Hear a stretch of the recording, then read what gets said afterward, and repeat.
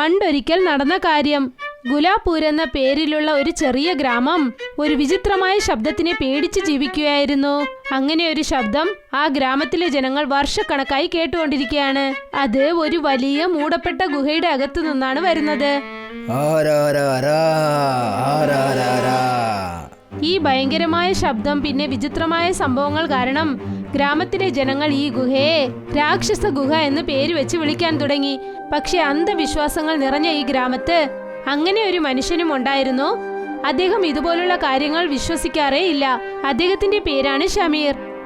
നിങ്ങൾക്കറിയാമോ, ഈ ഗുഹ ആർക്കും സാധാരണമായി തുറക്കാനാവില്ല. ഇത് മായമന്ത്രങ്ങൾ ചെയ്തേ തുറക്കാനാവൂ. അങ്ങനെ നമ്മൾ നിർബന്ധിച്ച് ശ്രമിക്കുകയാണെങ്കിൽ ആ ഗുഹയിലുള്ള രാക്ഷസൻ ചാടി പുറത്തു വരും.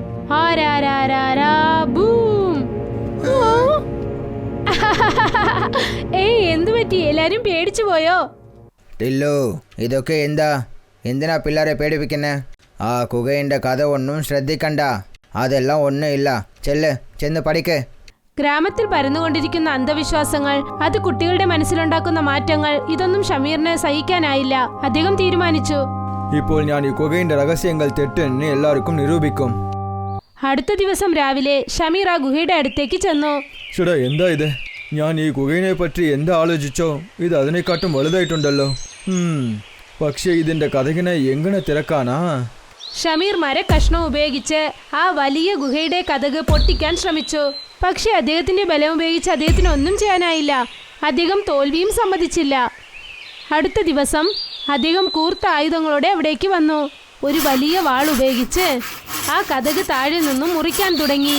അപ്പോഴാണ് ഇവിടെ എന്താ നടക്കുന്നത്? ബോലോ ദൈ വാസ്ത ബംബോലോ കസ്താരി.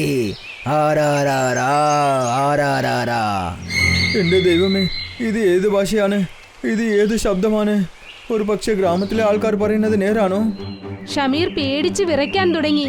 അത്ര ദേഷ്യം നിറഞ്ഞ ശബ്ദം അദ്ദേഹം ഇതിനു മുൻപ് കേട്ടിട്ടേ ഇല്ല. അദ്ദേഹത്തിന് ഒന്നും മനസ്സിലായില്ല. അദ്ദേഹം പേടി കാരണം അവിടെ നിന്നും ഓടി. ഞാൻ കേട്ട കാര്യങ്ങൾ അത് നേരാണ്.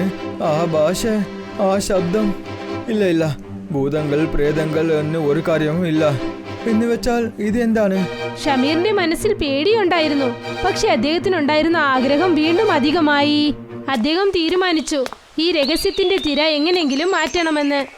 ആ പുസ്തകം, പഴയ ഭാഷകളും പിന്നെ അതിന്റെ അർത്ഥവും കിട്ടിപ്പോയി. ഞാൻ അങ്ങോട്ട് എന്താ കേട്ടു? ഹോലോ ഉറായി ബംബ, ഹോലോ ഉദായി വാസ്ത ബംബേലോ കസ്ത. അതിന്റെ അർത്ഥം എന്താണെന്ന് വെച്ചാൽ, ഹേ പക്ഷി റാണിയെ കഥക് മൂടി വെക്ക്.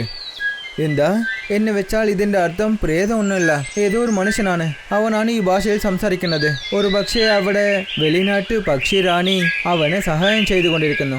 ഇപ്പോൾ ഷമീർ എല്ലാ സത്യങ്ങളും എല്ലാവരുടെ മുൻപിലും കൊണ്ടുവരണമെന്ന് തീരുമാനിച്ചു. ഇപ്പോൾ ഞാൻ ചെയ്യുന്നത് കാണും. ഇനി എല്ലാ സത്യങ്ങളും എല്ലാവരുടെ മുൻപിലും വരണം. ബോലോദൈ വാസ്ത ബംബേലോ നിസ്താരി.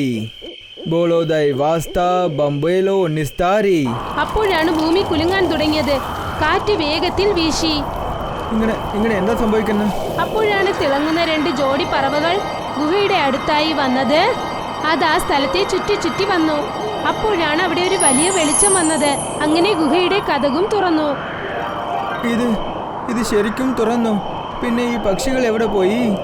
ഷമീർ ടോർച്ച് ഓൺ ചെയ്തു. എന്നിട്ട് അകത്തേക്ക് പോയി. ഒരുപാട് സമയം വരെ ഇങ്ങോട്ടും അങ്ങോട്ടും ചുറ്റിക്കൊണ്ടേയിരുന്നു. അവിടെ ആരുമില്ലായിരുന്നു. ശരി, തിരികെ പോകാമെന്ന് തിരിഞ്ഞപ്പോൾ അപ്പോഴാണ് ഇതെന്താണ്?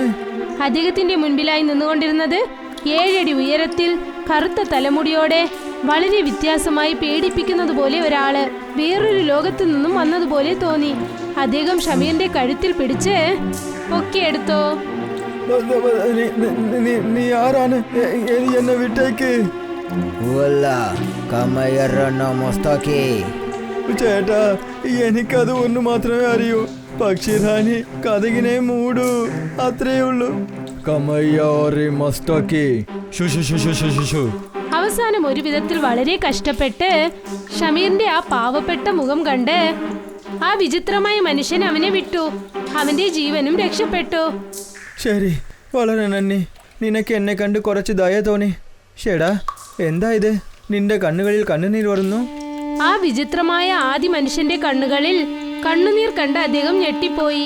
ഇപ്പോൾ അദ്ദേഹത്തിന് മനസ്സിലായി, അതായത് ഇദ്ദേഹം സാധാരണ മനുഷ്യനല്ല എന്ന്. ഇപ്പോൾ അദ്ദേഹം മുഴുവൻ രഹസ്യവും മനസ്സിലാക്കാനായി അടുത്ത ദിവസം ഷമീർ തന്റെ ഭാഷകൾ മനസ്സിലാക്കുന്ന കൂട്ടുകാരിയെ വിളിച്ചുകൊണ്ടുവന്നു. പിന്നെ നടക്കാൻ പോകുന്നത് ആശ്ചര്യമായ കാര്യമാണ്. മീര, ഇവനാണ് ആ രഹസ്യമായ മനുഷ്യൻ. മഹാപുരുഷൻ, നിങ്ങൾ നിങ്ങളുടെ വായു തുറന്ന് സംസാരിക്കാൻ തുടങ്ങൂ. മീര കുറച്ചു സമയം ഞെട്ടിപ്പോയി നിന്നു. എന്നിട്ട് അവൾ ഒരു മൈക്രോഫോൺ അദ്ദേഹത്തിന്റെ മുൻപിലായി വെച്ചു. അത് ആ മെഷീനിൽ ചേർക്കപ്പെട്ടിരുന്നു. ഇപ്പോൾ അവർ 3 പേരും സംസാരിക്കാൻ തുടങ്ങി. ഷമീർ പറഞ്ഞത് കേട്ടിട്ട് ആദി മനുഷ്യൻ തന്റെ വിചിത്രമായ ഭാഷയിൽ സംസാരിക്കാൻ തുടങ്ങി. മീര അത് കേട്ടിട്ട് ഭാഷ മാറ്റുന്ന മെഷീനിൽ നിന്നും വരുന്ന വാക്കുകൾ കൊണ്ട് അവൾ ഉത്തരം പറഞ്ഞുകൊണ്ടിരുന്നു.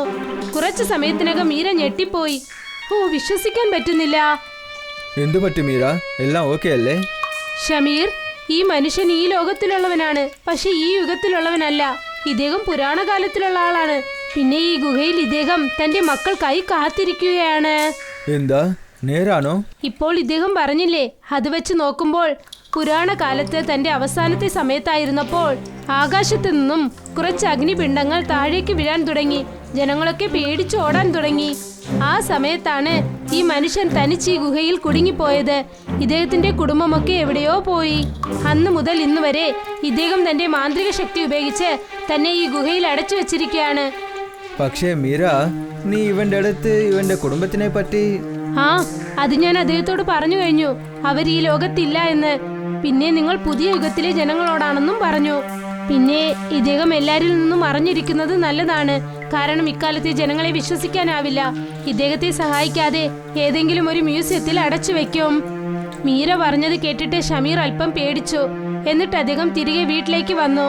പക്ഷെ ഇപ്പോൾ രാത്രി പകലായി അദ്ദേഹത്തിന്റെ മനസ്സിൽ ഒരു ചോദ്യമേ ഉണ്ടായിരുന്നുള്ളൂ. ഒരു മനുഷ്യനായി അദ്ദേഹത്തിന് പുറത്ത് സ്വതന്ത്രമായി ജീവിക്കാൻ സാധിക്കില്ലേ?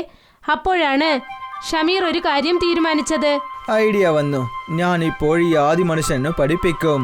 പിന്നെ ഇവന് സാധാരണ മനുഷ്യരെ പോലെ ജീവിക്കാനും വെക്കും. യഥാർത്ഥത്തിൽ ഷമീർ വളരെ മനുഷ്യത്വത്തോടെ ധൈര്യമായ ഒരു തീരുമാനമെടുത്തു. എങ്ങനെയും രണ്ടുപേരും കൂട്ടുകാരായി കഴിഞ്ഞു. പിന്നെന്താ, ഷമീർ മീരയുടെ കയ്യിൽ നിന്നും ആ ഭാഷ മാറ്റുന്ന മെഷീൻ വാങ്ങി. പിന്നെ ഓരോ ദിവസം രാത്രിയും ആ ആദി മനുഷ്യനെ പഠിപ്പിച്ചു. ശരി കൂട്ടുകാരാ, ഞാനിപ്പോൾ നിനക്ക് ഒരു പുതിയ പേര് വെച്ചു, ആദി പുരുഷ്. അത് നിനക്ക് വളരെ സൂട്ടാവുന്നുണ്ട്. ശരി, പറ, നിന്റെ പേരെന്താണ്? അമ്മ മോരെ, നായവാക്ക. ഷടാ, ഇല്ല മോനെ, നായവാക്ക അല്ല, ആദി പുരുഷ്, ആദി പുരുഷ്. അമ്മ മോരി, നായവാക്ക. ഇപ്പോൾ പഠിക്കാൻ തുടങ്ങിയിരിക്കുന്നു. ഇത് അത്ര എളുപ്പമല്ല. അതുകൊണ്ട് മീരയും ഷമീറിനെ സഹായിച്ചു.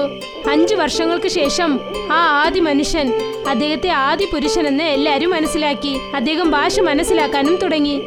അവസാനമായിട്ട് ഞാൻ വിചാരിച്ചത് നടന്നു. ഈ മാന്ത്രിക കുകയുടെ മാന്ത്രിക സ്കൂള് ഇപ്പോൾ വിജയിച്ചു. ഇപ്പോൾ എന്റെ ശിഷ്യൻ പുറത്തു ലോകത്തിലേക്ക് വരാൻ തയ്യാറാണ്. പറയൂ, നീ ഇപ്പോൾ തയ്യാറല്ലേ? അതെ, ഞാൻ തയ്യാറാണ്. എന്റെ പേരാണ് ആദി പുരുഷ്. എന്റെ ദൈവമേ, ഷമീർ സാധിക്കാത്ത കാര്യം സാധിച്ചു കാണിച്ചു.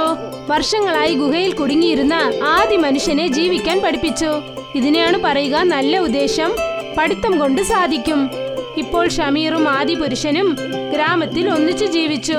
ഷമീർ സ്കൂളിലേക്ക് പോകും. പിന്നെ ആദി പുരുഷൻ പാടത്ത് പച്ചക്കറികളും ധാന്യങ്ങളും കൃഷി ചെയ്തു. പാടം, ഒவ்வொരു മനുഷ്യനും ജീവിക്കാനുള്ള അധികാരമുണ്ട്. പിന്നെ കഠിനമായി പ്രയത്നിച്ചാൽ നമുക്ക് യാതൊരു ഇരുട്ടിനെയും പോക്കാനാകും.